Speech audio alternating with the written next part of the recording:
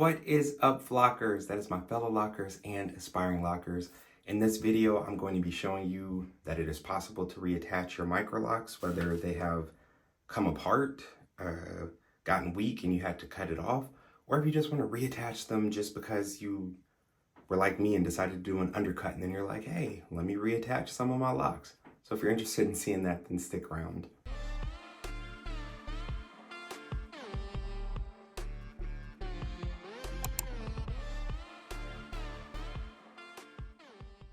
All right, so I decided to cut myself an undercut.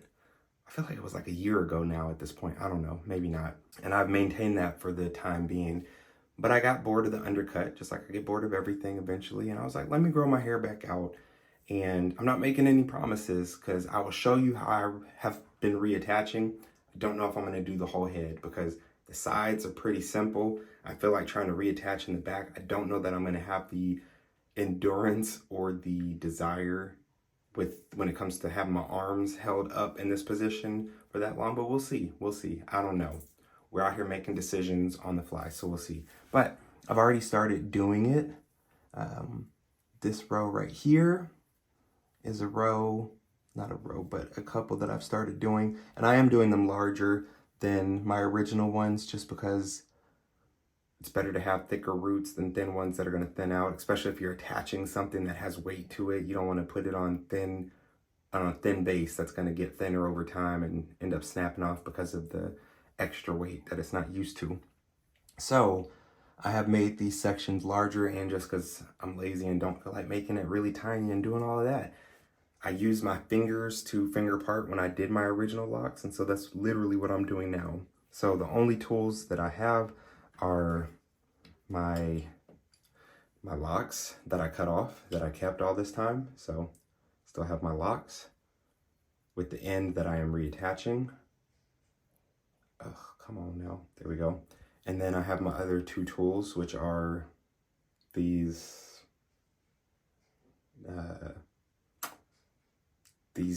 what are these called? They're not needles, whatever they're called. Little crochet needles, there we go. But yeah, this one I'm using to kind of work the edge like that. Not the edge, but to be able to get the end of it so that it's loose enough. And then with this one, the double pronged one, I am using it to attach. So what I'm doing is I'm literally going in and grabbing a little section of hair. Well, that one looks like it's okay, so we'll go back to the front. All right, so grabbing the section of hair that I want to attach. All right, and just for length wise, if you're wondering how long my existing hair is, it is not that long. I would say it's about 1 inch long. So just so you know, you don't have to have super long hair, super grown out hair in order to attach, reattach, or anything like that. Okay, so finger parting, and then I'm taking the lock that I want to attach, and I split my hair in two and just kind of put the lock in the center of those two sections and fold it on top. Nothing special. It's going to be hard to see on camera, but I just hold it in between these two fingers, and then I go in with this and I start the same way you would if you're just crocheting your locks for a retwist. And I'm just going back and forth, in and out of the lock and the hair that I am attaching, pulling that hair that's attached to my head through the lock and pulling the lock hairs through, and just making it all mesh together. Okay, and then I'm in between my fingers, I'm rotating the lock left and right, just so that way I can pull hairs from different places in different directions. And I go diagonally, up and down diagonal, as well as just your good old side to side motions as I'm doing this. And like I said, I keep rotating back and forth as I'm doing it to make sure that I'm hitting different parts of the lock and getting as many of the hairs incorporated and meshed together as possible.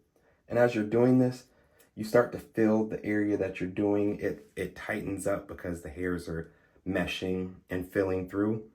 And then once you've done it for a while, you can tell that it's in there and it's snug. All right, so there you see, it is in there good.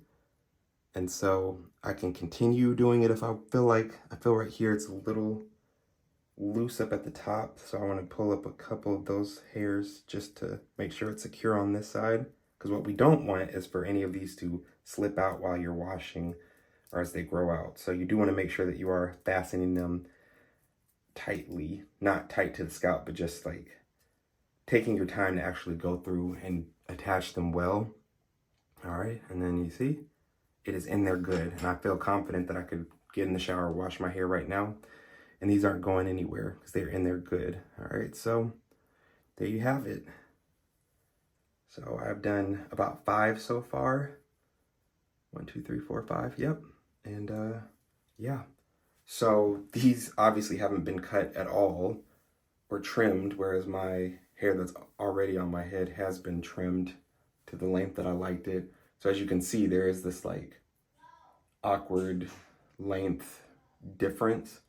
So probably what I will do once I get them in is I will go through and start putting layers back in as I go down, just so that it has a natural layer pattern as my hair originally did when I had my full set of locks. But yeah, that's how we're reattaching.